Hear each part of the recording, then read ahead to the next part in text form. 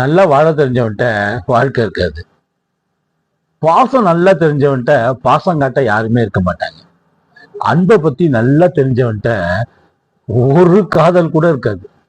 நல்லா உழைக்க தெரிஞ்சவன்ட்ட பணமே இருக்காது. இதெல்லாம் கடவுள் எழுதி வச்ச ஒரு லா. ஆனா அந்த லாவை நீங்க பிரேக் பண்ணலாம்.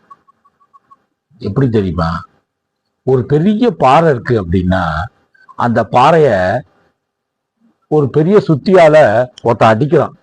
55 அடி அடிச்சதுக்கு அப்புறம் அந்த பாறை ரெண்டாவது.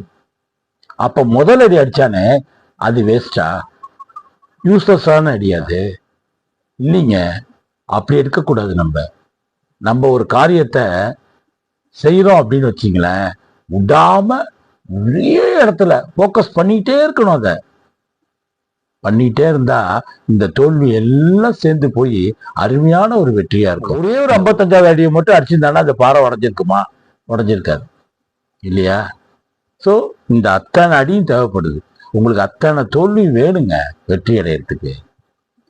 கண்டிப்பா வெற்றி அடைவீங்க. தொடர்ந்து முயற்சி செய்யுங்க.